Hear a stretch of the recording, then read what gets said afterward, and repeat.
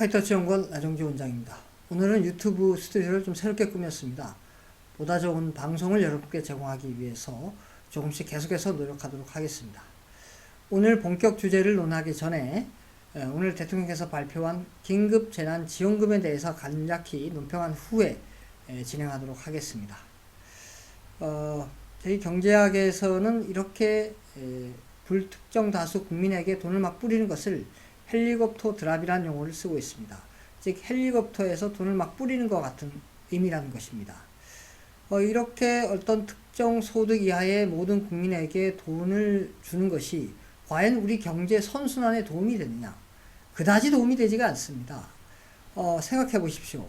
오늘 발표된 대로 100만 원을 딱 한 번 준 다음에 그 다음 달에 또 100만 원을 주고 그 다음 달에 100만 원을 주는 것은 아니지 않습니까? 한 번 주고 마는 것입니다.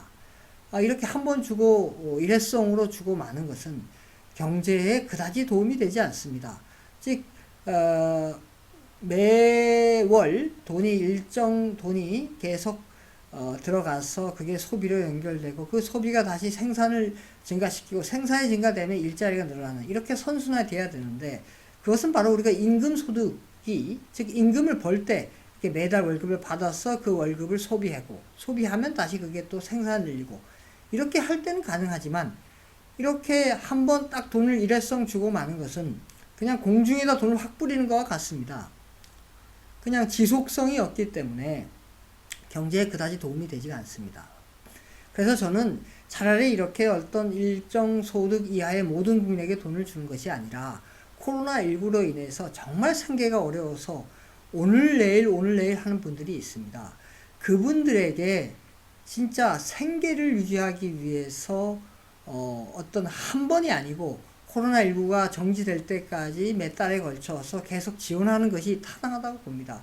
즉 선별적으로 그분들을 골라서 그분들의 생계가 유지될 수 있도록 또한 경제가 선순환 되면은 이 문제도 해결됩니다. 즉 손님이 매장에 와서 소비를 하면 그 매출이 늘고 매출이 늘면 다시 또 물건을 필요로 하니까 생산이 늘고 생산이 늘면 또 일자리가 느는 그런 선순환 구조가 될 수 있도록 소상공인이라든가 중소기업이라든가 이렇게 어려운 분의 사업장이 폐쇄될 위험에 있는 분들의 자금이 집중돼서 그런 위기를 막으로 인해서 우리가 일자리를 보존하는 그런 것이 보다 효과적인 정책이라 생각합니다. 그래서 이렇게 헬리콥터 드랍하는 것은 우리 경제에 큰 도움이 되지 않는다는 것을 오늘 말씀드리고 본격적인 주제를 들어가도록 하겠습니다. 오늘 주제는 다 올라 서민을 위한다는 정부인데 다 오른다는 거죠. 물가가 다 오른 즉 예를 들면 김밥 물가가 오르고 그 다음에 무슨 택시비가 오르고 버스비가 오르고 여러 가지 오르는 게 많죠. 그러나 오늘은 그 중에서 사교육비하고 아파트 가격이 정부가 정책을 폈는데 어떻게 됐는지 그 데이터를 보면서 좀 자세히 설명드리도록 하겠습니다. 먼저 이해를 돕기 위해서 민주주의의 기본 가치에 대해서 간단히 살펴보겠습니다. 인간은 태어나면서 존중받아야 되죠. 그래서 기본권을 보장받아야 됩니다. 기본권을 보장하기 위한 수단이 바로 자유와 평등이 되겠습니다. 자유와 평등이 밸런스를 이루는 것이 바로 정의가 되는데 우파는 자유를 중시하고 좌파는 평등을 중시합니다. 따라서 이 정부는 평등을 중시하는 그런 정부가 되겠습니다. 그런데 어떻게 됐습니까? 다음 자료를 보면서 설명드리겠습니다. 먼저 사교육비를 좀 보시면 이 그래프는 초등학교 사교육비 증가율 변화 추이를 보여주고 있습니다. 문재인 대통령께서 2017년 5월 달에 취임하셨죠. 그래서 2017년부터 보면 그 초등학교 사교육비 증가율, 즉 전년 대비해서 얼만큼 증가했는 그 비율을 보면 2017년도에는 5%, 2018년도에는 5.2%, 2019년도에는 11.8%나 크게 올랐습니다.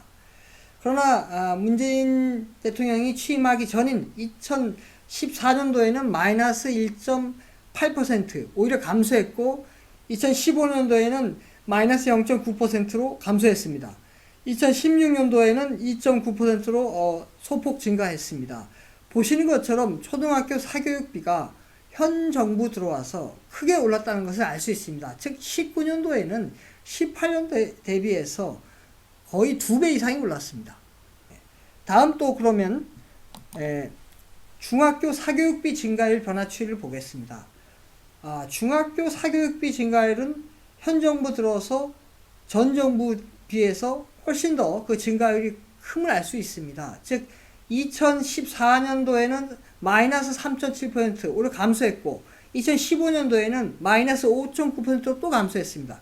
2016년도에는 마이너스 8.2%로 더 많이 감소했습니다.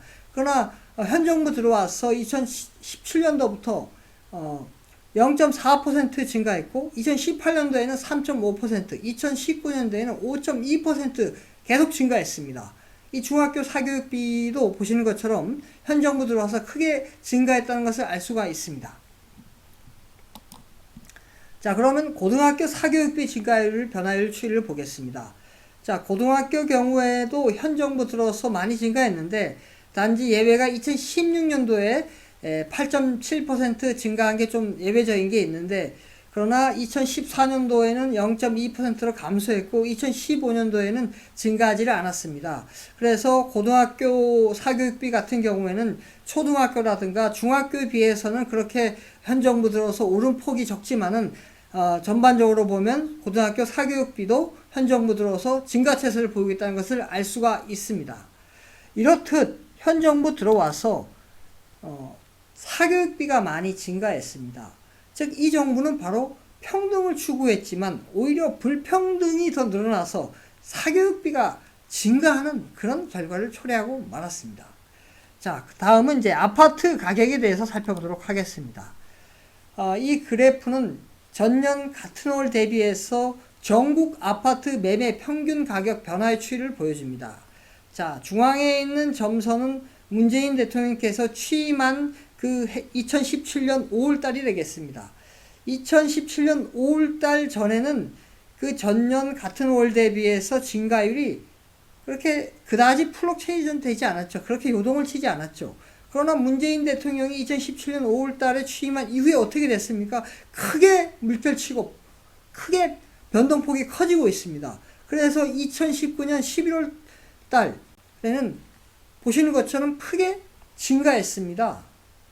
이렇게 문재인 정부 정권이 들어서기 전에는 그 아파트 가격이 전국 가격이 이렇게 잔잔했습니다. 그렇게 물결치지 않고 잔잔했는데 취임한 이후에 크게 요동치면서 올랐다 내렸다 하면서 지금 최근에는 또 많이 오른 추세를 보이고 있습니다. 즉 여러 가지 부동산 정책을 피면서 잔잔했던 물결을 요동치게 만들었습니다. 즉 벌집을 쑤셔놓은 형태가 되고 말았습니다.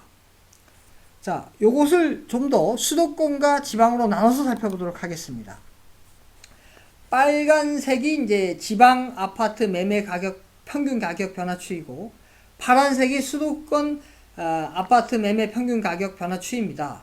보시는 것처럼 문재인 대통령이 취임하기 전에는 수도권이나 지방이나 그렇게 변동폭이 크지 않았습니다. 그러나 문재인 대통령이 취임한 이후에 수도권의 경우에는 앞에 전국을 살펴본 것처럼 물결이 심하게 치면서 변동폭이 크다는 것을 알 수가 있습니다. 지방의 경우에는 2017년도와 18년도에는 그다지 변동폭이 크지 않았으나 2019년도 후반기에는 많이 가격이 크게 상승했습니다. 즉 지방 아파트 매매 가격 또한 변동폭이 커지기 시작했습니다. 최근에. 이렇듯 수도권과 지방도 문재인 정부가 들어와서 잔잔한 물을 크게 요동치게 만들어 놓고 있다는 것을 알 수가 있습니다.